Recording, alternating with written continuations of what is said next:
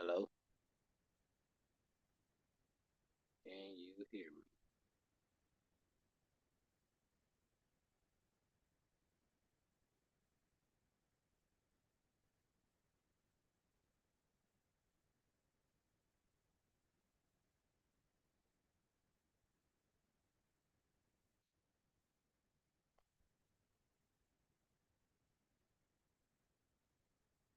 All right.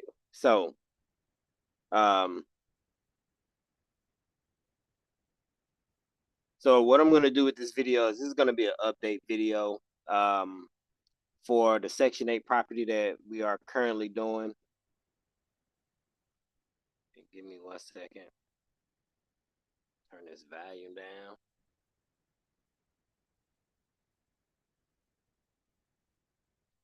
All right. So I wanted to take some time to give you guys a follow up on the Section 8 property that we are doing in the Jackson, Mississippi market. This update. Well, first I'm gonna start off by saying that I did an update about a month ago, at the end of January. I mean, the end of November, going into December, and I wanted to apologize to you guys, anyone who went and watched that video, because apparently it didn't have any volume on it.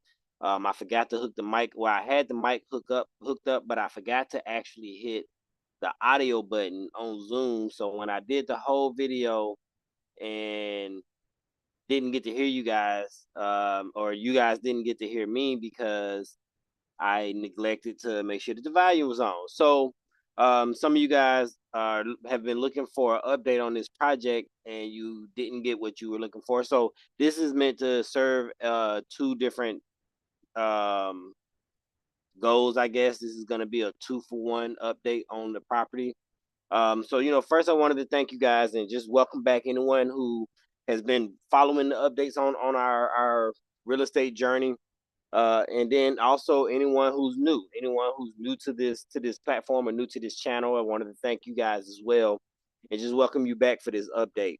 It's currently about 5 in the morning. I'm on Central Time in Tennessee, and I just wanted to, before I go lay it down for a couple of hours, just make a video to give you guys an update on where we are on this investment project.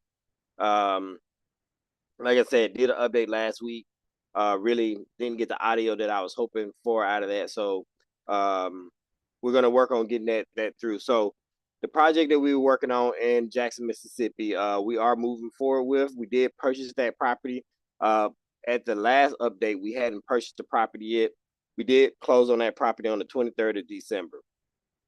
Since we closed on the 23rd, so close to the Christmas holiday, so close to the New Year's holiday, it was very hard to get the adequate um, contractors and skilled professionals in to start working and to give us to narrow down our quotes. So in the last video, what I was giving you guys was an update on the appraisal that we had gotten. So I'm gonna go over that appraisal report again in this video. I'm gonna go over it very I'm not gonna go as in depth as I did in the November update, but I am gonna go over that appraisal report, give you guys a breakdown of what we were looking at when we decided to purchase this property, why we think that is a good deal, and give you guys a better idea of what our exit strategy is for this property. The property that we purchased, I'm not gonna put the address on here, but like I said, if you're part of my investment group, if you're part of the key investors who have their money into this deal, definitely go and check us out on the fractional platform. You'll be able to get all of the updates on the project page for this project. And on that page, you'll be able to have all of the address, all of the reports that we got done with all of the proper information on it. But for this YouTube video, we really don't want to put the address out there yet. So I'm not gonna put that in here. Property is valued at around $100,000. We're looking somewhere closer to $120,000 once we finish the rehab on it, especially with some of the ideas that we have uh, in mind for this property.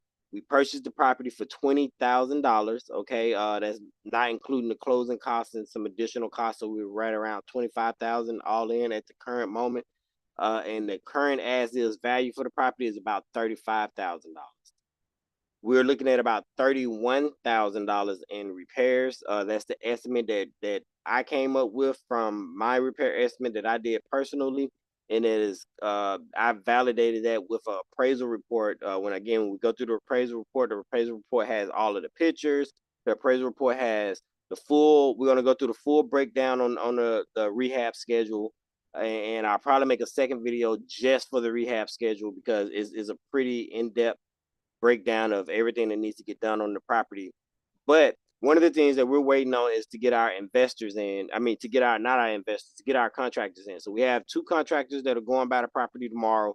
And we're gonna start narrowing down the more of the details when it comes down to the cost per item and all of that. Once we get that, we'll be able to start moving forward with getting some of the work done. We did run into some hiccups with this property. This property unfortunately did end up having squatters in it. We did have to deal with that conundrum, and all of these things kind of added to the delay in getting this project started because it was just like one thing after another, especially when you get down to the end of the year. People are taking off. We had our lender took a lot of time off in December, so that kind of slowed us up on the lending process. So just little things like that when you come down to the end of the year, which is something to keep in mind for anyone out there who's starting as an investor. December is normally a slower month, but we love about end of the month buying is that most people aren't buying at the end of the year. I mean, end of the year buying December from about October until like the end of January. You're gonna see a little bit less competition, but you're also gonna see a little bit less enthusiasm to work. So contractors don't really want to work during that time. It's gonna be harder to get people to run out and do and look at properties when there's icy conditions out and stuff like that. And of course, we want our contractors to be doing things safely, so we don't want them putting themselves into harm way or anything. But those are just issues that we did run into with this property. Those of you who were part of the initial pitch for this deal, you remember that we started off with a property in Clarksville, Tennessee, which is our local market. That property did not go through. The seller ended up wanting too much for the property for what we determined we needed to do. We needed to tear the property down and build a triplex back. And currently, they were not looking to reduce the price to a price that would be suitable for a tear down. However, that property has come back around. That homeowner has reached back out to us after a couple of months of radio silence, if you will, and they are interested in reopening negotiations on that property after they tried to sell it themselves.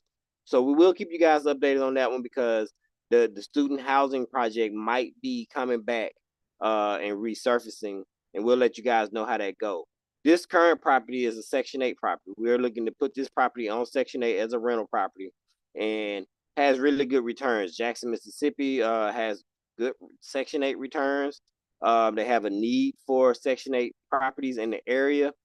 And we just want to be able to, one, fill that need, and two, to create deals that are both beneficial for us and our investors, as well as for the community that we look to serve. We want to make sure that we're providing suitable housing for people to raise their families in. I don't want to provide anything that I wouldn't personally feel comfortable raising my family in. I don't want to be a slumlord. We have no desires to do that. So we are being very thorough with this process. We're being thorough with our approach to this project, and we hope that shows for you guys. I know that sometimes when you're not actively a part of a deal, it can be hard to stay abreast of what's going on. So we want you to understand that we are making sure that we are bringing a top-notch product to our. Hold on, turn my heater off, you guys. We're going to bring a top-notch product to our future tenant, and we're still very, very excited about this project. We actually closed on several deals in the month of December. We closed on a deal in the month of November. We purchased a piece of land also in Jackson, Mississippi. We're currently in the process of purchasing another property in Jackson, Mississippi, as well as some vacant land where we have about 3 lots right now. So that'll make 4 lots total once we get these other 3 lots that we're gonna then work on either building some multifamily or putting some modular homes on. And again, we'll keep you guys up to date on that. Go back and watch the video where we went through some modular homes. I don't know if I posted them on the YouTube, but I did post them on TikTok, and I will be posting them on YouTube over the next couple of days. But yeah, we went through and we looked at some modular homes that we can potentially put on some of the vacant land that we either the ones that we purchased or the ones that we're looking at. And we're just eager for 2025 and everything that's to come. 2024 ended very well. Although we had some hiccups in 2024, 2024 was a very good year for us as a company, and we hope that it's going to 2025 is going to be even better of a year for not only us but for all of you guys, for all of our investors out there, for all of our people out there who are interested in learning how to get into real estate investing. I think this is going to be the year for a lot of different people. I'm not saying that everybody's going to have a great year or a fantastic year, but I think this is going to be a great year for a lot of people. Okay, so let's go ahead. I'm going to do a screen share. Let me see.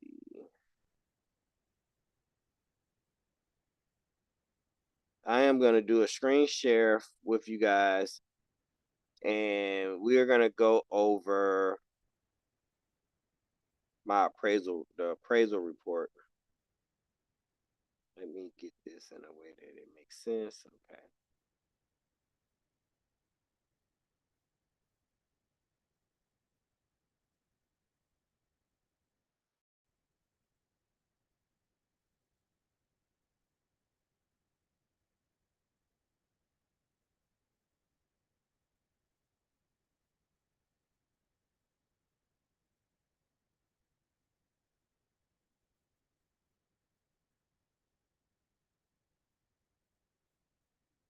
Okay, give me a second. I'm gonna make sure that this looks right for you guys.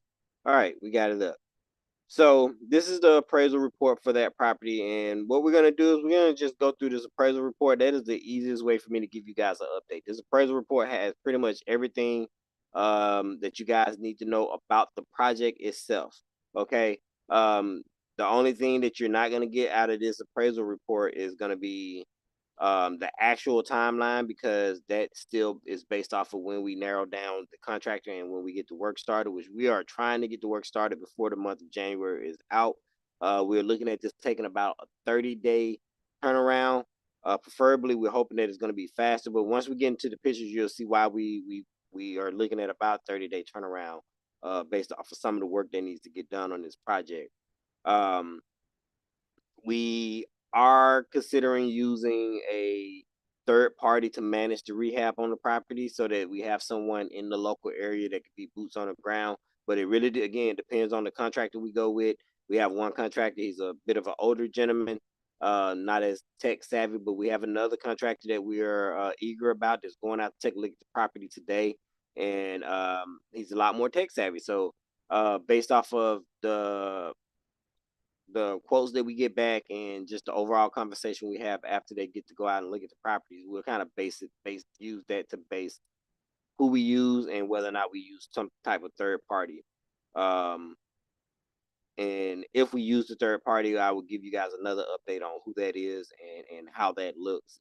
But as of right now, that is something that we're considering, but it's not something that's foolproof. So this renovation analysis, let's go ahead and go through this. You can see that this property is a 1,200 square foot property, 3 bed, 1.5 bath. We are looking to turn this half bathroom into a 0.75. And what I mean by 0.75 is we're trying to see what would it take for us to add a shower into the 0.5 bathroom, so into the half bath. We can add a shower and kind of give it more closer to a 3 bed, 2 bath feel. This property is built in 1958. We did like this. This was very close to our cutoff, which we know once you go before 1950s, you start going into a different level of standards when it came down to building standards. So this did make it over that 1950s cutoff for us. We do buy properties that are older than 1950, so I don't want you to think that that's not the case.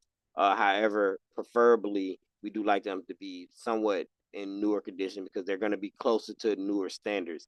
You get into post 1950s properties, you're looking at cast iron pipes potentially. You're looking at wiring that is distilled the cloth covered wire, rather than the vinyl covered wire that we use now, or the plastic covered wire. You see that this was done November 28th. That's when this was done. This report was done right before we did the update. I think the update was actually done the first week of December. The other one that didn't have the audio to it. This is a valuation summary. This is just a breakdown of the property. You know, the square footage, where it falls out in the percentile in the area. So it's in the 36th percentile for square footage, which, you know, not bad. 87th percentile for beds, 50th percentiles for bathrooms, and so on in that Jackson, Mississippi market.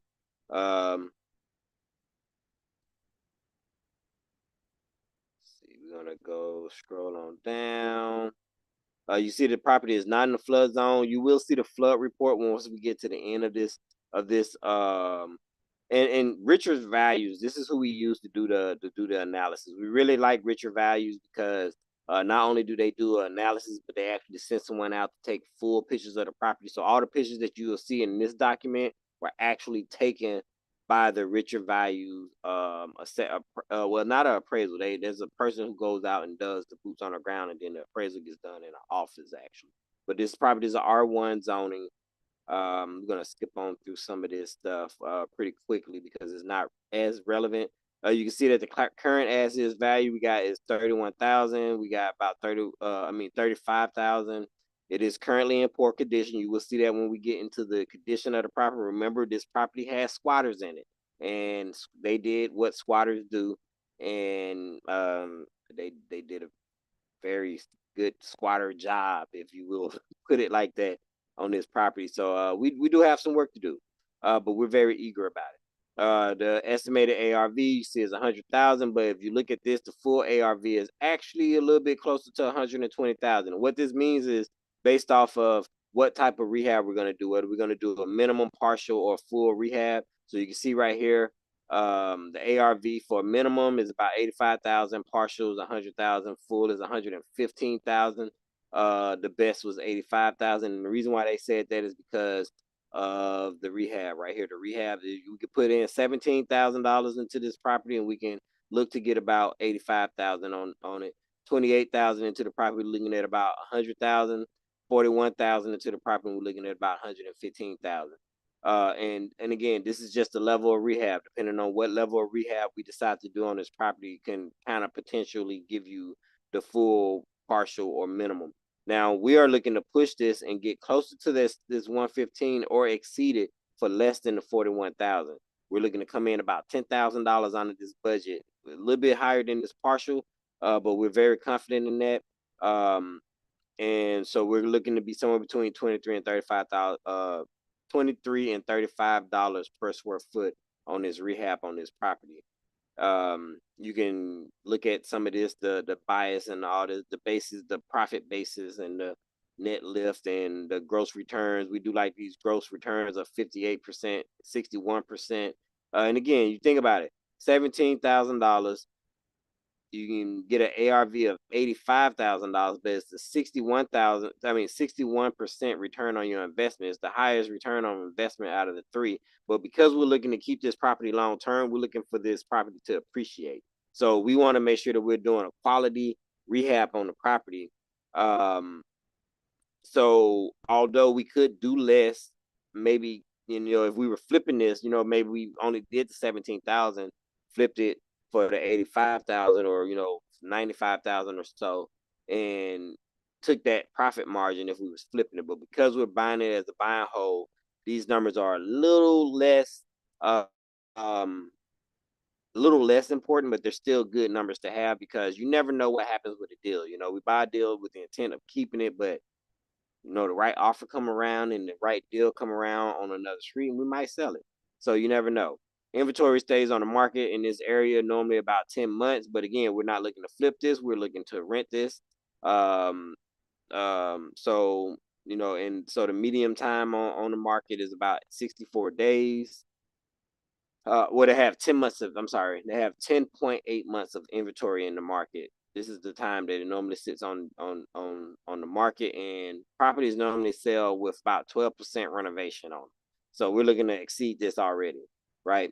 You see this rehab time. So this partial rehab is looking at about 26 days. This full rehab about 39 days. That's where we came up with our comfortable number around a 30-day, around a 1 month rehab on this property as soon as we get things, as soon as we get the ball rolling.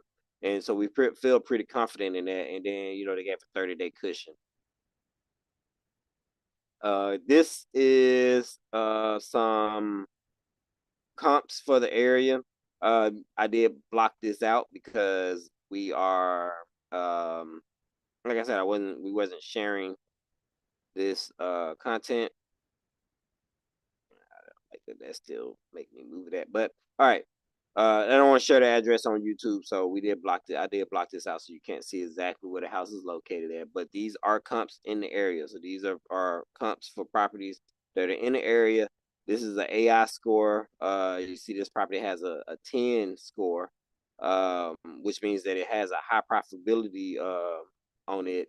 And you can see some of the other properties that sold. So this property right here sold for is a little bit bigger, but the arrangement is different. It's a 3-1 instead of a 3-1.5. So we're already kind of winning on that. It is a newer property, but it had a 9.6 score and it sold for 95,000. Remember, we got a 10.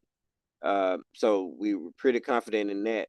But this is with a partial rehab. This is pretty much the rehab that we're looking at right here. You know, the partial rehab, and this one sold back in October. You got these maintained. Maintained just means that they weren't in disrepair, they weren't falling apart, but they were maintained. Exactly what it sounds like. 9.4. This one sold for 87,000. Again, smaller property, only a 3-1, built in 1950, a little bit older, and sold for 87,000. This is just maintained, and we're not looking to just maintain. We're looking to rehab, right? So we're pretty confident in our numbers because of some of these results that came back. And then you got poor condition, which is the condition that our property kind of falls in. But this one sold for 24,000 back in February, and they have not sold it yet. So I'm not really sure if this property turned into a rental property or not. And you can see right here the distance. These are all 0.3, 0.4, 0.3, 0.3, 0.4, 0.5 miles. They're pretty close. All right. Here goes the partial rehab and some of the stuff that they did on it. And let's see if I can zoom in for you guys. I don't know if that's gonna show on the YouTube sphere, but hopefully it does. Make my screen bigger here. And yeah, so this is the partial rehab. You can see they did some nice, decent flooring, basic, nothing super fancy. But it's nice and clean rehab, right? And this is the one that they got 94,000 for. We're gonna go on down. This one was as is comp. This one's considered poor condition. You see, it's boarded up. And same thing here. We go these some additional comparables, and you see like our property is over here in this area. Majority of these properties are on the other side of Dowell Street, which technically will put you into another community. That's why they fall into the additional comps area. And some of them are slightly different in the square footage, so they fall into that too. They're over 150, 200 square foot difference on them. But these are still very interesting comps because when you look at this one, Cummins sold for 105,000, 1954 bill, 1,200 square foot is a 3-1, had an 8.27 score. This was back in December of 2023, but still it sold for $100,000. And when this appraisal report was done, this was still within the 12-month period. But that was really a really good one. This is a full rehab, so we'll see the pictures for coming when we scroll down here in a second. And then we got these two partial rehabs, 59,000 and 75,000. And same thing, you just kind of look at the square footage, look at how much they sold for. $62 a square foot and $48 a square foot. So really gives us some confidence with our numbers. And let me see which one is that. Brookwood. So let's see what Brookwood was. Brookwood was this one. Which one is that? 2602 Brookwood. So that's this one right here, the one that sold for 59,000, right? But this is the look of the property, and this is the partial. They call this a partial rehab. Okay. Here go another partial rehab. This is a really good rehab too. I mean, look at it. They painted the walls white. I really like that. They put the metal roof on, gave it some nice accent, some nice curb appeal with the black put on there. And I thought that this was a really nice rehab. But the thing that got it partial is that, again, like you look at this is the back of the house. You know, they didn't really do a lot on the back of the house. They made the front look pretty and appealing, but then the back just kind of said, here I am. Um, very clean in the inside. You know, probably could have used the island or something to kind of give it a little bit of separation and make this room not look so big and awkward. But it is what it is. You know, people did what was right for their pockets. Um, you know, scroll on down. These are comps that were excluded from the analysis. And again, this is done by Richard Value. They decided which ones to include and which ones to exclude. We allowed it because we had already run our own company, and so this was like a second opinion, you know, if you will, on that property. So let's scroll on down. Let's go to our budget line item. So this is our repair estimate right here. This is line by line, everything that needs to get done on the property. You can see you got prep work, you got exterior. We're gonna paint everything. We're gonna put new gutters and downspouts on the property. For anyone who's unfamiliar with Jackson, Mississippi has very sandy soil. Um, they're not in the Mississippi Delta. Like, I'm originally from the Mississippi Delta, so I'm very familiar with wet soil. But they have sandy soil in Jackson, Mississippi, which means that they have a lot of soil erosion. So one of the things that we're going to do to help to alleviate that, and if you're not familiar with soil erosion when it comes down to properties, soil erosion can lead to cracking and to shifting in the foundation. And there are properties in the area that have severe cracking issues so bad that the properties need to be torn down. So our thing is we want to make sure that we have gutters and downspouts on the property so that we shed that water away from the foundation of the house. What happens a lot of times is you don't have gutters and downspouts. So when it rains, that water just pours off of the side of the house, off the roof, and it hits the ground right there next to the house, and it washes all of that dirt away. So eventually, after years of heavy rains, and sometimes not even a years, like, you know, one really heavy season of heavy rains can really cause a big issue when it comes down to soil erosion and lead to severe cracking, severe foundation issues in a property. So one of the things we're going to do is make sure that we get gutters and downspouts put in. You can see that we got that added, and looking at about $1,500, which is something that is very important to us. There's some painting, some pressure washing that needs to go on. Getting new doors and deadbolts. Like I told you guys, we did have a squatter in this property, so we know that there are some doors that may need to get replaced. Last we checked, and the last that we had our contractor go out there, the property is securely secure right now, right? So one of the requirements that we had before we closed on the property was that the seller went out and 100% secured the property. So what they did is they went inside of the property and boarded up all of the windows. So they're boarded up from the inside, so it's impossible for you to take them off from the outside, and unless you're like some extreme athlete, the chances of you being able to kick in the plywood that's screwed into the inside of the house is going to be very, very slim. So we're very happy with that. And then even with the door, we had the door secured. It was screwed in and very, very secure, so no one can get back into the property. But because of that, we know that we may have to replace some of the doors and some of the door frames, door jibs. So we did account for that in our budget. And again, like some of these areas, when we get to looking through them, we're gonna be able to save some money because some of this stuff we won't necessarily have to do. We're gonna do a new hot water heater. There is a water heater there, but the copper has been stolen from it, and it does not look beautiful. So we're gonna probably put a new hot water heater in because again, we're purchasing this property. We want it to last. We're looking at longevity, so that's something that we're gonna definitely do. The HVAC needs a lot of work. The HVAC has been cannibalized. The squatter, I'm assuming, or someone went in and took all of the, electrical and they took anything of value that they could out of the AC unit. So we're gonna end up getting the AC inspection and essentially a new AC unit put in. So that's some of this cost that you see on this one. Bathroom exhaust fan, rewire entire house.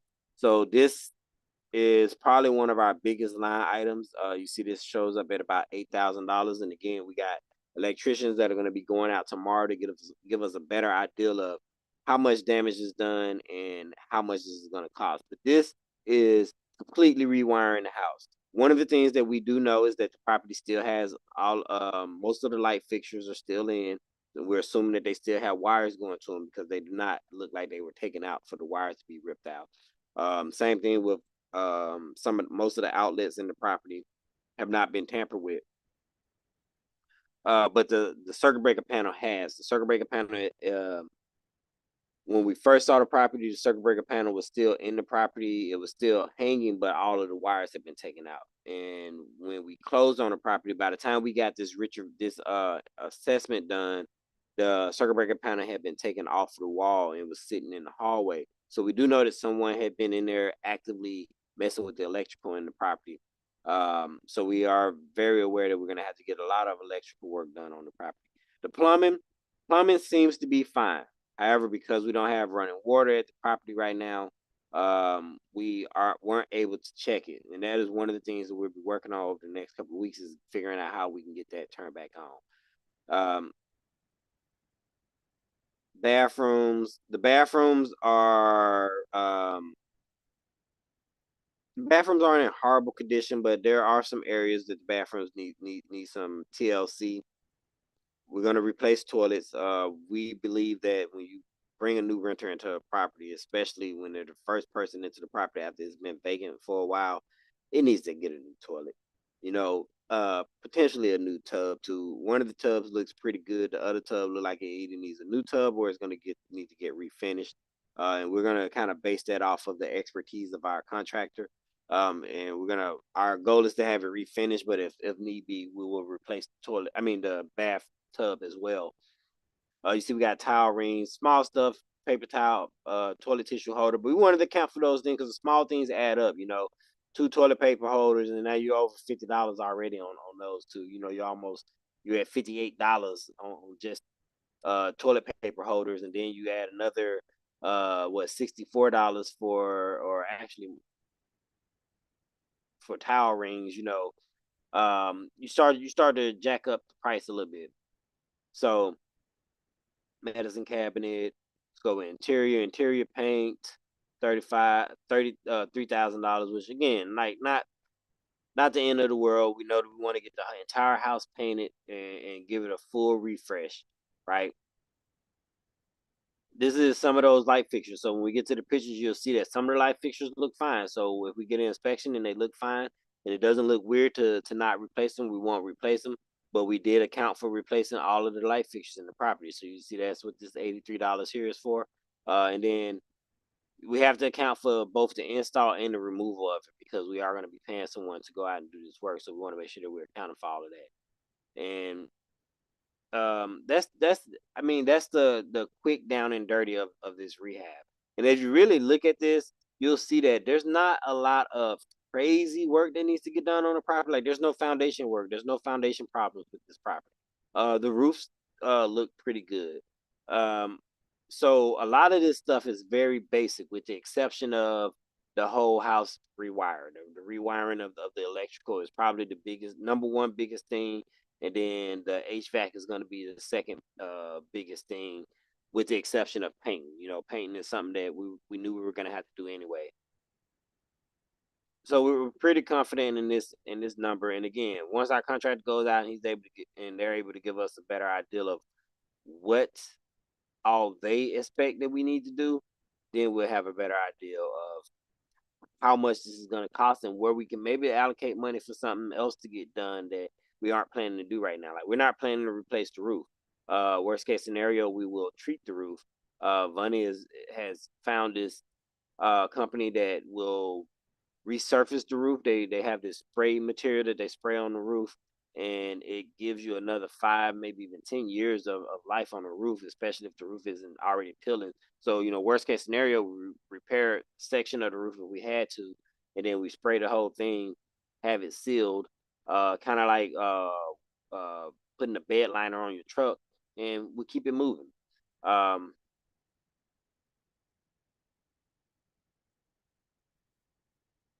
This is just a breakdown of the neighborhood and everything, right? You see that there's power lines, of course, near the houses, residential. Um, Current neighborhood condition equal. House has a carport, not a garage. There's no alley, HVAC, AC, public gas, water, electric, sewer, which is something that we enjoy. We don't have to worry about any septic tanks. Um, we will get new appliances, which is not in our rehab budget. Um, the new appliances, but we will get new appliances as well. So, um,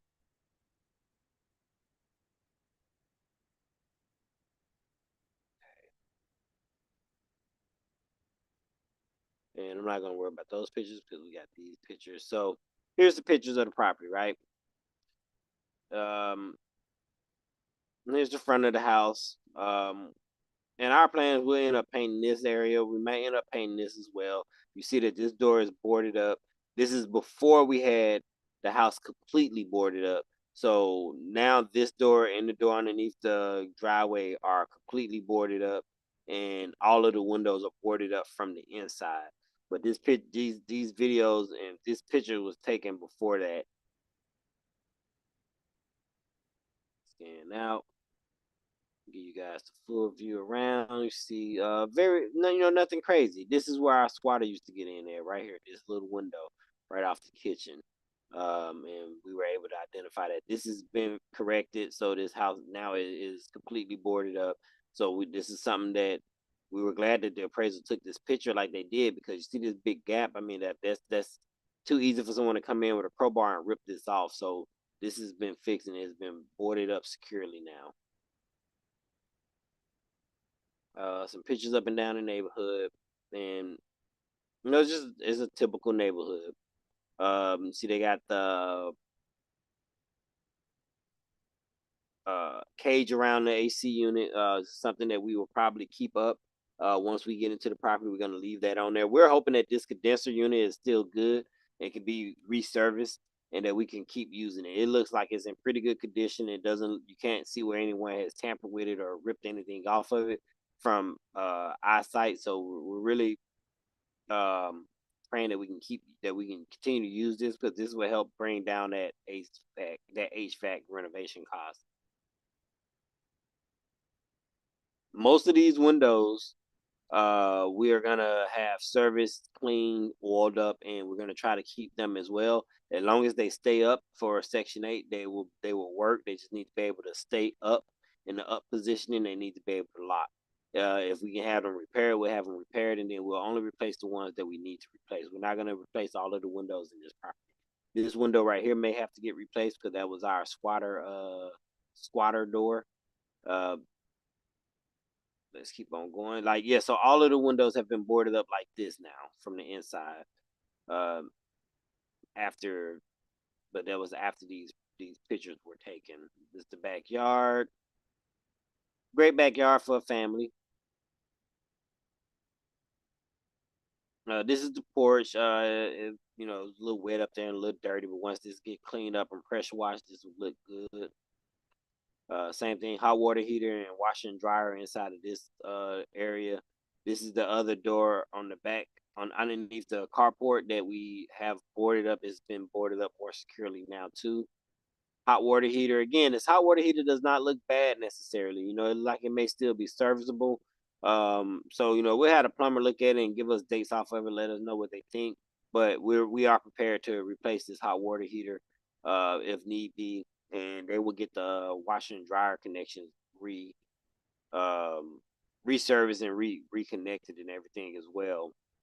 But we did notice someone went in and was taking some of the piping off of the hot water heater, which was causing some water to leak out onto the carport. This is the living room when you first come into the property. Um, and later on in this video, you will actually see why our squatter was had his whole little, like, these are, I think, squatter arrangements. They used to have a bed in here actually in this living room. Someone was living in it.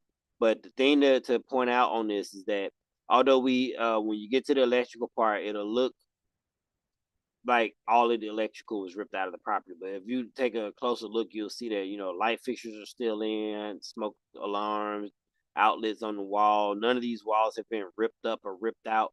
So we're pretty confident that the wiring issue does not extend too far into the actual living spaces of the property, because no one has ripped anything out so that they can access any wiring in the walls. So that is a very good thing for us. That's our circuit breaker panel back here, and we'll get to that in a second. More pictures of the living room. Again, they did a very thorough job. This is where our circuit breaker panel used to be, people. Circuit breaker panel is not there. It's a big hole in the wall now. So this is how we know that we're gonna have to get electrical updated. But again, outlet, you got switches that are still in the wall, still appear to be wired up. So it may be a case where we take this part of the drywall down, and all they have to do is reconnect all of the wires inside of the circuit breaker panel, which is what we're hoping for, and we don't have to rerun wire all through the house. But we are prepared for that. The access for the attic, we would have to get replaced. I have no idea how this got taken down or why it got taken down. But they did for some reason. I don't know if the squatter did it. I don't know if somebody sold it. I don't know if they took it down to make it harder for people to get up in the attic or something. But that is definitely something that will get replaced. This is the hallway. This is the HVAC cabinet. There, we'll get you a picture where that's opened up here in a second. One of the bathrooms there. Keep on going down. Here's one of the bedrooms. This bedroom does have carpet in it. This carpet will come up, and we're going to put flooring down in here, and clean out the room, of course. But that's about the basics of it. You see that the doors in this house look pretty good. All of the doors look like they're going to be able to be reused or kept. And everything will get painted and cleaned up and everything. Here's our circuit breaker panel. Actually, our circuit breaker panel, there's the front of it. And it was inside of this room where someone had taken it down and moved it into that room. So we will end up getting that put back up.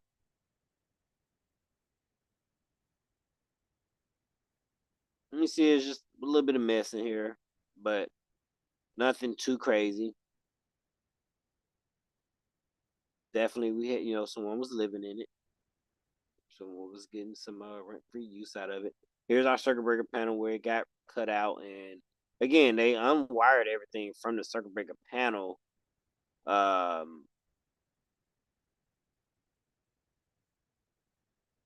we will have to take a look into that. One of the bathrooms, we're gonna have to replace the vanity. We're probably gonna replace the vanity in both of the bathrooms. But definitely in this one, because the doors were all ripped off of it. We probably could replace the doors on it, but we're probably gonna end up going with the new vanity altogether. As you see, this tub look decent from the pictures. Typical bathroom.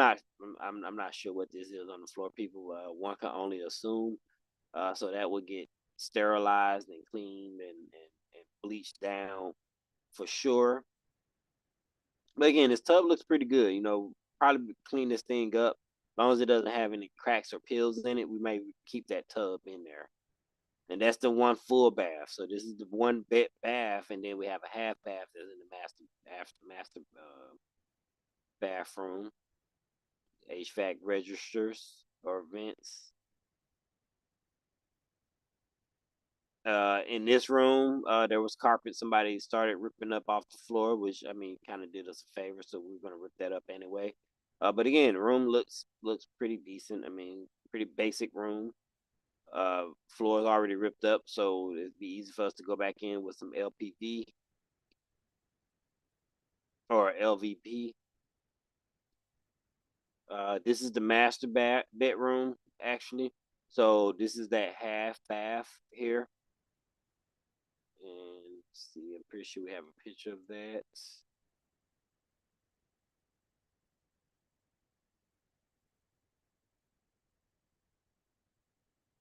Just a lot of trash and debris, which that's typical with these type of houses. We get properties all the time that are in horrible conditions. Okay, we've seen some horrible houses. If you guys have seen our video where we talk about the dog house, that was a disgusting property. We had a property where some people were still living in the property. It had a whole hole in the roof and a hole in the main living floor down into the basement, and the house was like caving in, and you couldn't use the kitchen. You couldn't even walk in the kitchen. They had it caution taped off inside of the house so that you didn't walk in there and fall through the floor into the basement, and potentially could have killed yourself. So we've seen some horrible houses. So this one was dirty, but it is not in the condition of some of the properties we've seen. You see how this was boarded up. This is pretty much how the rest of the house has now been boarded up since we taken ownership of it and the squatters have been removed from it. But yeah, this vanity probably gonna go new toilet. But very basic half bath. So our whole thing with this one is, can we reallocate some space? Like, there's this closet. Let's go back to the master.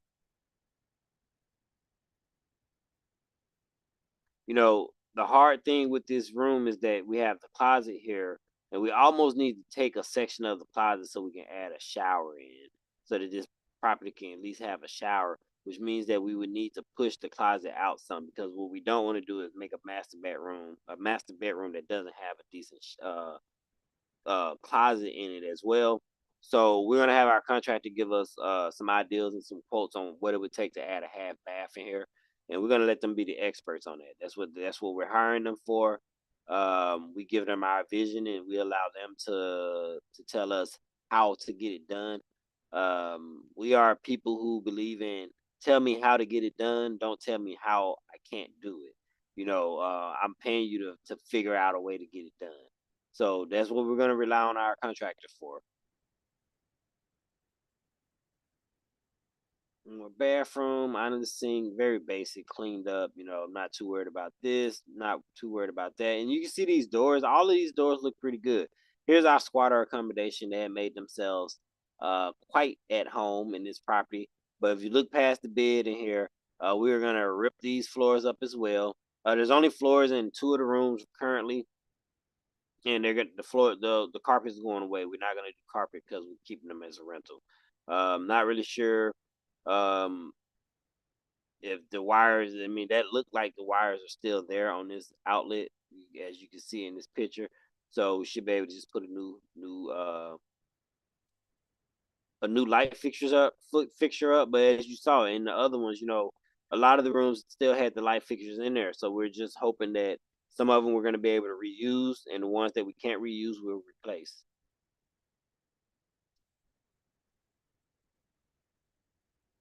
Back into the kitchen. And again, our squatter had a whole little setup. You see, they had their lounge chair. They had their extension cord that was going out the window and to a source somewhere else. They had their radio station set up in here. So they had their drinks and all this other stuff. So all of this stuff will get cleaned out. This kitchen is gonna get fixed up. Our goal for the kitchen is not to have to redo the cabinets. We're gonna try to fix the cabinets up, put new hardware on them, replace the doors where the doors need to be replaced. We will try to salvage the countertops as much as possible if we can, and just get it all cleaned up. Once we bleach these floors, we'll see if we need to um, paint them or anything like that. But one of the contractors we talked to, he was very confident that he can get these clean and get the grout lines clean, and that it could look really good. So that's what we're gonna try to roll with on this kitchen. Uh, Another angle in the kitchen. Again, all this stuff is going to get cleared out. We got a good dumpsters load of stuff in this property that's going to get cleared out. Is where the stove and the hood goes. Somebody left their drink there. You see some of the hoses underneath the sink got taken out, but that's small fix.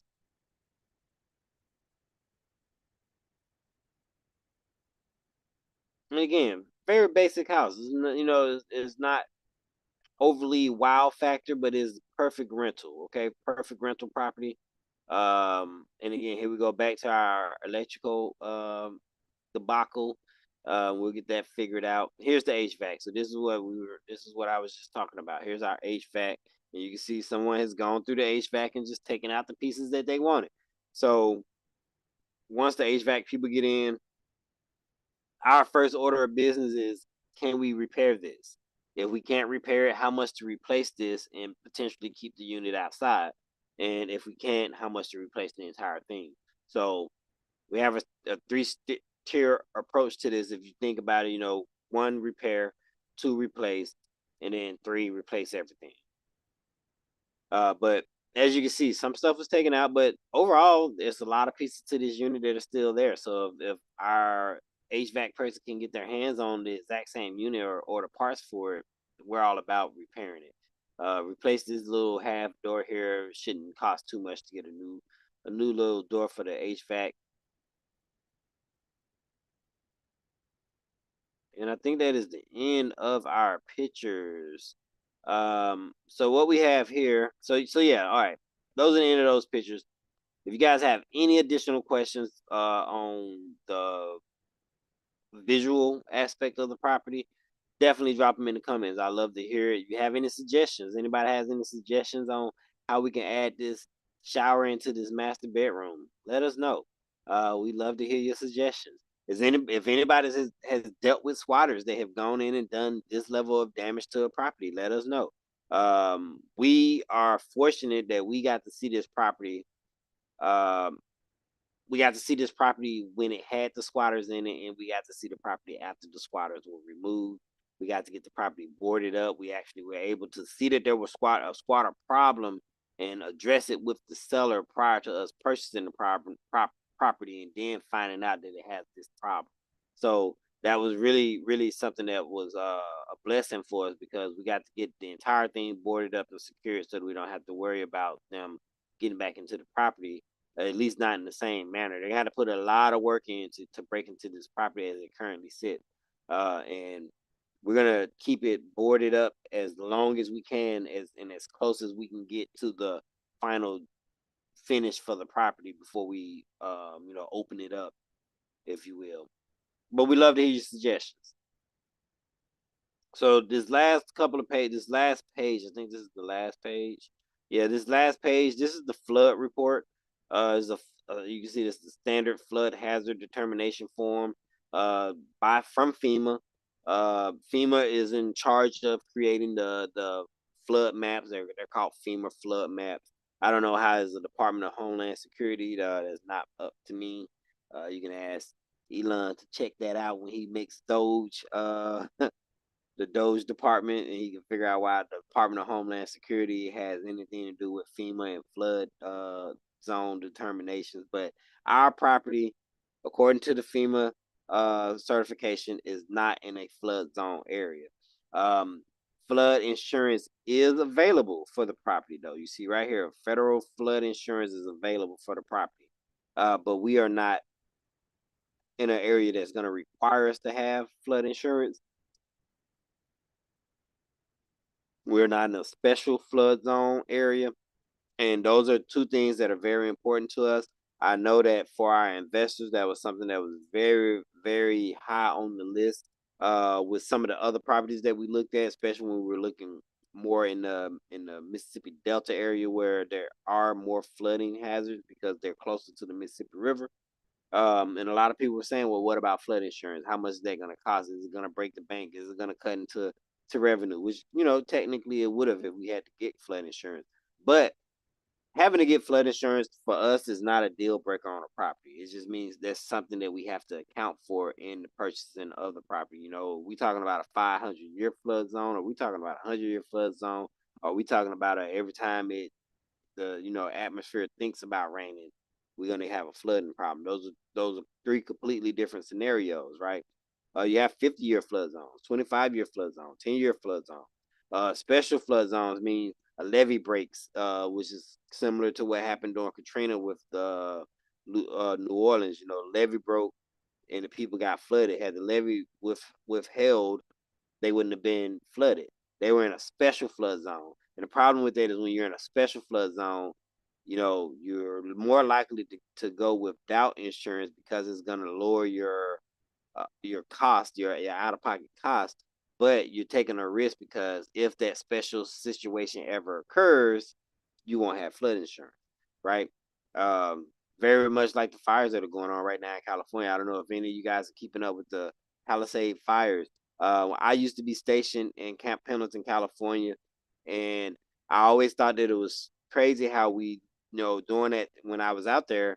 I've seen wildfires in person. Okay, first off, let me start off by pointing that out. I have been in a wildfire while I was driving on base through a flood zone, through a fire that was actively going on both sides of the road, and you could feel the heat inside of your car. Okay, so not making light of any of what people are going through, but what I am doing is pointing it out that when you live in an area where they tell you that the fire is less likely to happen, or you're in an area where they say you'll never have a fire because you're out of the wooded area and you're out of normally when you see those wildfires in California, they're in highly wooded area, they're in mountainous areas. A lot of people don't know that California has a lot of mountains. Normally when you coming into an area that's near a beach, you're coming out of the mountains. That's the reason why when you go over the Appalachian, you come down and you get a lot of coastal land in the Carolinas, but there's a lot of mountains on the western side of the state because that's kind of how the terrain normally goes. And so in California, these people they're in areas where they didn't need to have fire insurance in some of these areas, or they didn't need to have the level of coverage that one would think that you need to have. And now they're being, what's the word, sideswiped. I don't know how to say it. I mean, they're being shocked. They're being corrected. Some people are being corrected. They told these people that they would never have to worry about it, and they not have to worry about it. So you best believe that the Pacific Palisades and all those areas out there that are under fire, they are now not only in an area that is going to require fire insurance, but they may be in a special fire hazard area where it's like these aren't areas where we're commonly worried about fires, but when the El Nino, which is hot air, when that mixes with dry conditions, you have a special, they've been going through droughts and all this other stuff. And it's crazy because they had flooding literally like a couple of months ago where San Diego was flooding, but then LA has been in a drought and they're like not that far apart.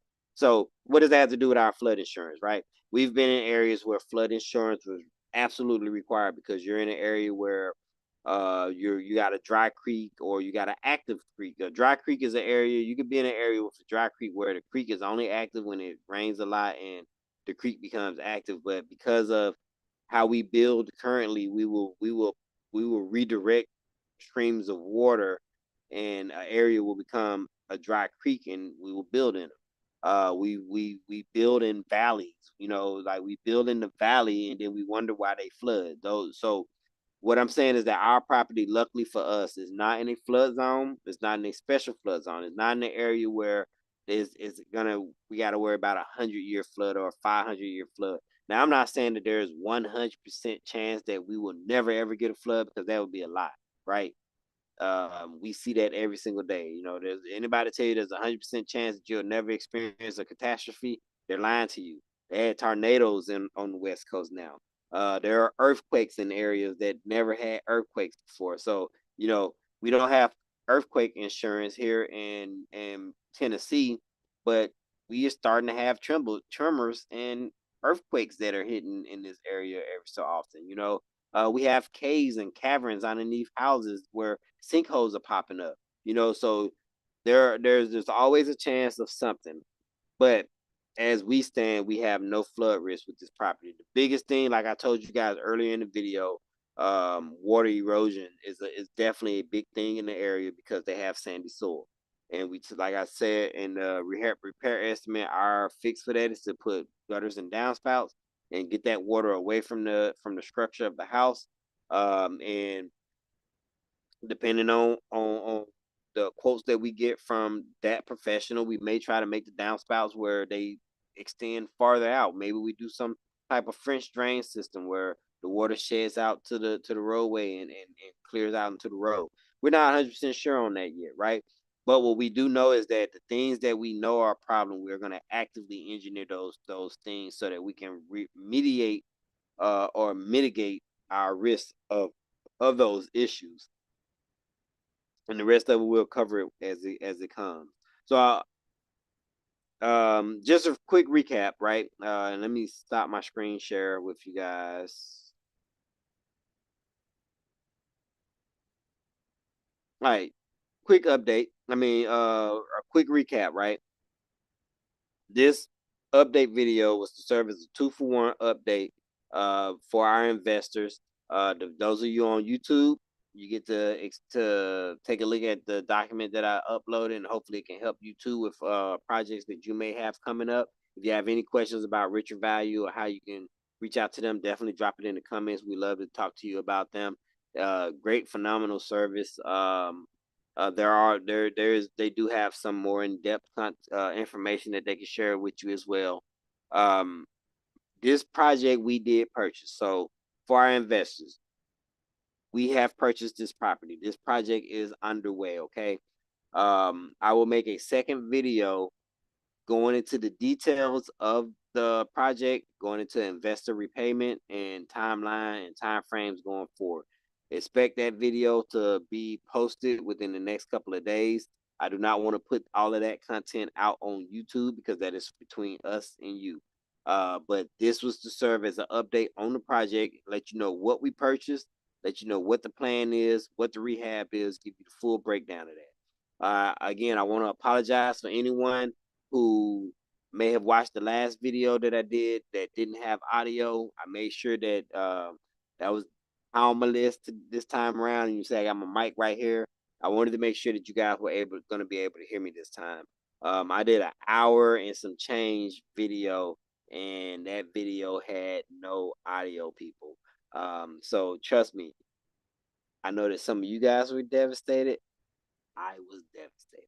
Okay, when I found out that it had no audio, I was upset. Okay, because I really went in depth on that last video. Probably more so than I just went in depth on this video. But this video um is more thorough because we have purchased the property at this point, and we have gone through and had the property boarded up. We have identified that there was a squatter issue in the property, which is all things that we were not 100% sure of on the last update. So this update is definitely more thorough. Okay. For anyone who has any additional questions, if you're part of the investment group, I want you to go and reach out to us. You can reach out to us via text message. You can reach out to us via email. Like Omar, you do a great job at reaching out to us. So we'll be getting back with you. We want to thank Kyle for all the work that he does with keeping us on track and keeping the communication lines open between us and investors. So that's really, really great. Thank you, Kyle. Vonnie and I will aim to give you guys another update as soon as the project kicks off. Okay. We're not sure if that update is going to be in person at the project because we do plan on going down to the project during the kickoff phase.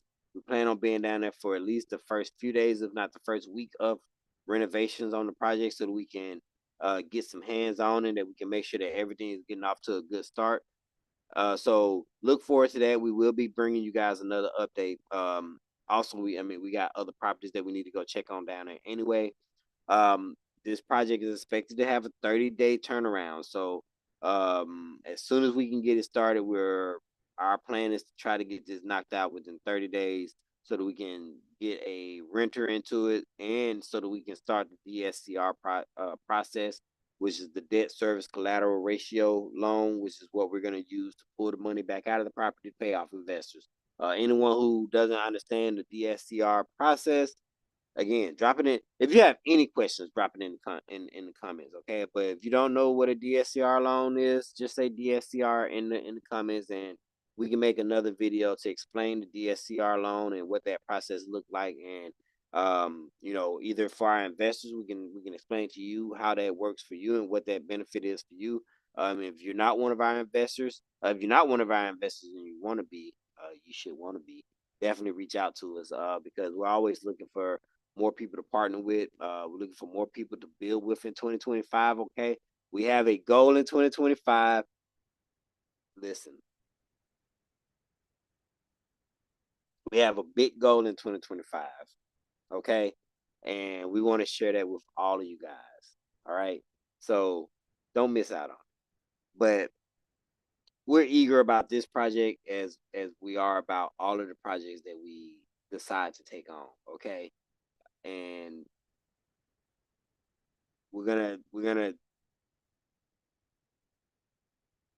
we're excited to share this journey with you guys. And again, that's whether you're our investor, whether you're one of our students, whether you're one of our other clients. We're happy to work with you. We're happy to talk growth with you, and I just hope that you take something from this video. And on that note, I am going to end this call and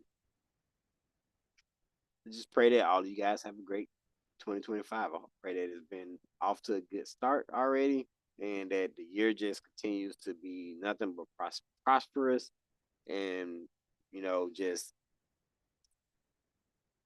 a benefit to your family, you know.